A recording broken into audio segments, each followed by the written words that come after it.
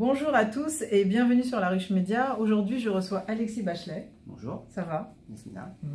Alors, Alexis Bachelet est un homme politique, mais pas seulement. Il est entrepreneur, AB Consulting, et puis aussi entrepreneur ici à Radio Orient parce qu'il a une émission qu'il produit et qu'il anime tous les 15 jours qui s'appelle « Et si on en parlait ?» La prochaine sera diffusée demain et on aura comme invité Yann Brossard. Et puis un deuxième invité. Et Pierre Madec, prof, économiste et professeur à Sciences Po. Voilà.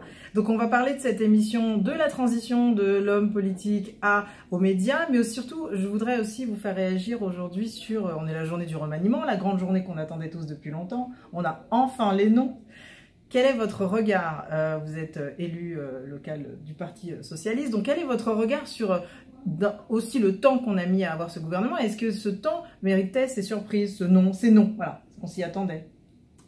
Bah, on a vécu ça. Moi, j'ai été parlementaire aussi pendant 5 ans, donc il y a eu des remaniements dans l'ancienne majorité, mais rarement des remaniements aussi longs dans la maturation et aussi attendus compte tenu des difficultés politiques rencontrées par le président de la République et par son gouvernement. Oui, c'est inédit là, ce qui s'est passé. Voilà, on innove, c'est le nouveau monde. Oui, bah oui. Mais le nouveau monde a déçu, donc comme le nouveau monde a un peu déçu, on essaye de créer une nouvelle dynamique en faisant rentrer des nouveaux ministres ou en déplaçant les ministres d'un poste à l'autre. Oui. Ça, c'est assez classique. Quel est votre regard sur ces noms justement? Alors, il y a eu 4 sortants, quelques entrées, des gens récompensés. Quel est votre regard sur cette liste? Il y a des gens qui ont été bien dans leur mission. Je pense notamment à Julien de Normandie sur les questions. Moi, je connais bien, je travaille beaucoup sur les questions politiques de la ville, logement. Donc, il a été promu. Christophe Castaner, je le connais bien aussi. C'était mon collègue à l'Assemblée nationale. Là, je dois vous dire que je suis un petit peu étonné de le retrouver ministre de l'Intérieur. On est tous étonnés. Je ne veux pas lui faire de procès d'intention parce qu'il va y en avoir beaucoup. Beaucoup de gens vont mettre en cause sa compétence, ses orientations politiques. Moi, je pense que le message que ça envoie, c'est que sur ce poste un peu stratégique, le président de la République a voulu mettre vraiment quelqu'un qui lui est totalement dévoué. Voilà. Ouais. Donc, je ne sais pas si ça sera efficace par rapport aux missions régaliennes qui sont celles d'un ministre de l'Intérieur. Oui. Mais là, on vient sur quelque chose qui, pour le coup, est très ancien monde, puisque dans d'autres quinquennats, on a vécu la même chose. On se rappelle que Brice Hortefeux, Claude Guéant avait été ministre sous Sarkozy pour les mêmes raisons, la fidélité au chef de l'État, et que c'est souvent un poste stratégique.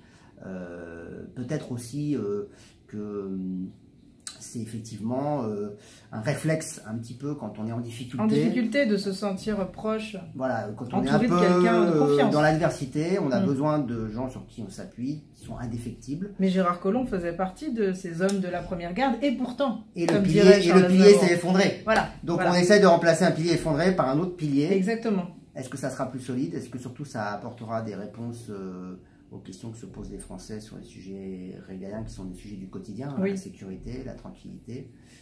Bon, moi, je ne veux pas faire encore une fois de procès d'intention à Christophe Castaner. Je lui souhaite bonne chance pour la France. Oui. Mais je ne suis pas certain que les raisons pour lesquelles il a été promu à ce poste-là soient suffisantes pour le légitimer dans son action sur un poste éminemment stratégique et exposé. Est-ce qu'on a le sentiment que par ce nom-là, il aurait gagné un bras de fer contre son Édouard Philippe, peut-être? C'est ce qui se dit. Il y a eu plusieurs noms de gens venus plutôt de la droite. Sarkozy, oui. Et comme Édouard Philippe, le Premier ministre, vient de cette famille politique-là, avec d'autres, il y a d'autres personnalités, je pense à Franck Rister qui vient de la droite, peut-être qu'on ne voulait pas avoir une coloration encore plus à droite. Alors que les choix politiques ont déjà bien marqué quand même l'empreinte du quinquennat. Et renforcer cette image du président des riches alors qu'il est dans un épisode société là plus. Voilà, exactement. Alors, on est à Radio Orient ici, voilà, regardez, là c'est les locaux, là, on voit très bien les choses. Et vous avez une émission tous les 15 jours depuis quelques semaines. Demain, ce sera la combienième qui sera diffusée? Alors demain, c'est la 2e émission. On parlera du logement. On sera sur la question du logement. Et j'ai invité, pour parler de ces sujets-là, 2 personnalités qui ont une très bonne connaissance du sujet. Un invité politique, Yann Brossard, qui est adjoint au maire d'Anne Hidalgo en charge de l'habitat et du logement, et qui donc nous parlera aussi de son livre, L'ubérisation du logement. Qu'est-ce qui est en train de se passer sur Paris? Qu'est-ce qui se passe dans d'autres grandes villes de France? qu'est-ce qu'il faut en penser, qu'est-ce qu'il faudrait faire, parce que c'est un phénomène qui prend de l'ampleur, les locations courte durée, c'est au détriment des habitants, et donc ça accroît la tension sur le marché du foncier. À Paris, évidemment, dans certains arrondissements, c'est devenu un phénomène massif, des arrondissements qui se vident de leurs habitants. Et puis bon, on lui demandera aussi son regard sur le congrès HLM, les décisions du gouvernement, la suppression de la taxe d'habitation, la loi Elan évidemment. Et puis j'ai toujours un invité plus société civile, un expert. Là aujourd'hui, j'ai invité, il vient dans l'émission Pierre Madec, qui est économiste à l'OFCE, donc c'est l'Observatoire de la conjoncture économique de Sciences Po. D'accord. Qui a écrit beaucoup de livres, beaucoup d'articles, un chercheur sur les questions de logement. Et donc on fait un regard croisé entre des acteurs politiques ou associatifs parfois et des experts. Tout à fait. Et alors l'ADN de l'émission correspond à l'ADN de la radio. Radio Orient, prendre le temps de converser, de discuter, de penser. C'est aussi l'idée de votre émission. Et si on en parlait, d'ailleurs le titre veut tout dire. Comment vous êtes venu l'envie et l'idée de cette émission?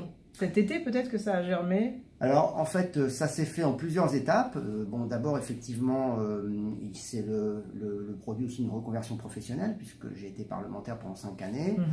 Après, j'ai créé mon entreprise, j'ai développé mon entreprise. Et puis, à côté de ça, j'ai continué à faire des médias, de temps en temps, télé, radio. J'ai toujours été... j'ai toujours pris plaisir à participer à toutes les émissions de débat qu'on m'a proposées. J'en ai fait énormément quand j'étais élu. Et j'avais parfois aussi des frustrations, notamment sur les formats, des formats très courts, sur des sujets très compliqués. Et on n'avait jamais le temps de débattre, ou des débats un peu trop frontal, droite contre gauche, polémique, un peu polémique. Donc moi, je me disais... j'aimerais bien entendre des émissions avec des invités parce qu'ils sont vraiment compétents sur un sujet et on leur laisse le temps d'aborder des sujets. Et donc, j'en suis ouvert au président de la station qui m'a dit oui, ça correspond bien à l'idée que nous, on se fait des débats sur Radio Orient et propose-moi un concept et on verra si on peut l'intégrer dans la grille. Donc, j'ai réfléchi, j'ai travaillé, j'ai proposé. Et on m'a dit, c'est plutôt intéressant, on te propose de faire un format de 45 minutes, avec 2 invités. C'est confortable. Et d'aborder des thématiques qui ne sont pas forcément en lien avec l'actualité, c'est de l'information, mais pas forcément de l'information immédiate. C'est pas lié à... Alors ça peut, la première émission, on l'a fait sur le plan pauvreté du gouvernement, et sur en général la lutte contre la pauvreté, donc ça... C'est des sujets qui sont, je dirais, à la fois d'actualité et intemporels. Là, on a un deuxième numéro sur le logement. Après, on abordera les questions de justice, les questions de violence envers les femmes, les questions liées aussi à la parentalité. Donc, on est sur des questions de société fondamentales, intemporelles, de l'actualité froide. Voilà. Mais qu'on n'aborde pas forcément sous cet angle-là. Sous cet angle-là et dans d'autres émissions d'information, de dialogue. Voilà. Donc on essaye d'apporter une petite originalité, un petit ton décalé, quelque chose de très apaisé, des invités qui auront le temps de s'exprimer. Et je pense que c'est apprécié par celles et ceux qui participeront à notre émission. Il y aura une spéciale, il y a des spéciales qui vont avoir lieu avec une personnalité... une personnalité connue, reconnue, un seul invité. Vous avez toujours 2 invités ou est-ce qu'il peut y avoir des formats particuliers? Là, je dois vous faire un aveu, parce qu'on n'est pas très scoop à Radio Orient, mais là, je peux le dire pour la Ruche Média. J'ai un invité exceptionnel que je voudrais avoir dans l'émission, qui est Jean-Marc Ayrault, président de la Fondation pour la mémoire de l'esclavage, qui n'a pas fait énormément de médias, et à qui j'aimerais demander, lui aussi, après la politique, puisqu'il a arrêté la politique, c'est quand même rare. Il y a beaucoup de gens qui se recasent au Sénat ou qui s'accrochent à des postes honorifiques. Lui, il a arrêté tous ses mandats, il a passé à autre chose, et vous savez, entre Nantes et la traite négrière et l'esclavage, il y avait un lien historique, puisque Nantes a été un port de départ ou de transit pour des esclaves. comme Bordeaux, enfin comme d'autres villes. Donc c'est des choses qui ne sont pas forcément très connues du pays, des Français. Et c'est une bonne chose qu'il y ait eu la création de cette fondation. Elle s'est mise au travail maintenant il y a plus d'1 an. Et au bout d'1 an, moi j'espère que... Alors je suis en contact avec lui, parce qu'on se connaît un petit peu. Jean-Marc Ayrault était Premier ministre, j'ai voté la confiance, tout ça. Donc ça crée des liens. Mais maintenant, j'aimerais l'entendre, et donc j'espère qu'il va répondre favorablement à l'invitation. Bon, après, il a un agenda un petit peu compliqué, mais on fera une émission spéciale pour le coup, et on aura un format un peu particulier. Bon, génial, donc pour terminer cet entretien, qu'est-ce que ça vous fait, cette transition de la politique à l'animation radio, et pourquoi pas la télé, voilà, qu'est-ce que ça crée en vous, une différence, une autre casquette? Bah, en fait, ça crée beaucoup de bonheur, beaucoup de plaisir, parce que on choisit des sujets qui nous semblent intéressants. On essaye de trouver les meilleurs invités possibles sur ce sujet-là, des gens qu'on connaît, mais d'autres qu'on ne connaît pas forcément. Donc il y a aussi de la découverte.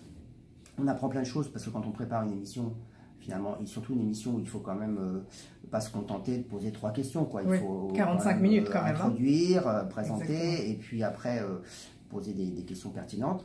Donc on s'enrichit soi-même, c'est un enrichissement intellectuel, un enrichissement relationnel.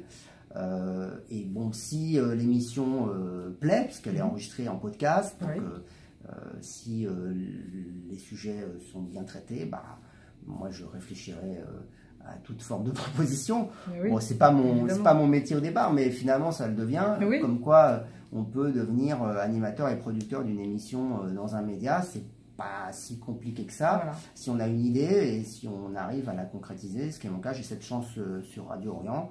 Je continue d'ailleurs à faire, je vais pas faire de la publicité, mais j'ai la chance de participer à d'autres émissions radio ou télé. Donc c'est notre monde. Notre monde maintenant, il est fait de médias, de communication, d'échanges, de dialogue, d'idées. Et je trouve que quand on est un citoyen, quelles que soient, je dirais, ses opinions politiques, sa sensibilité, bah, on est un acteur de la société, et les médias sont un miroir qui nous permettent de faire passer des messages, de les confronter avec d'autres. Et finalement, je suis assez heureux d'arriver à concrétiser aussi ce qui était quelque part... peut-être inimaginable il y a quelques années. Je regardais il y a quelques années, j'étais devant ma télé, je faisais la radio, et après voilà, j'ai fait de la politique, j'ai été propulsé dans le monde des médias, et maintenant que j'ai moins d'action, moins d'activité politique, bah, j'ai plus de temps pour faire d'autres choses, et je peux continuer à travailler dans les médias, ça me paraît... C'est complètement. Je ne fais pas que ça, j'ai aussi ma société. Une société de consulting, mais on est finalement entrepreneur avec des casquettes. Voilà. C'est totalement moderne comme vision, c'est assez positif, ça permet de laisser un message qui on peut se créer, se réinventer tous les jours. Donc on n'est plus dans l'étiquette, donc c'est assez... Et puis en fait, c'est aussi un message, parce qu'en France, on aime bien mettre les gens dans des cases. Ah oui.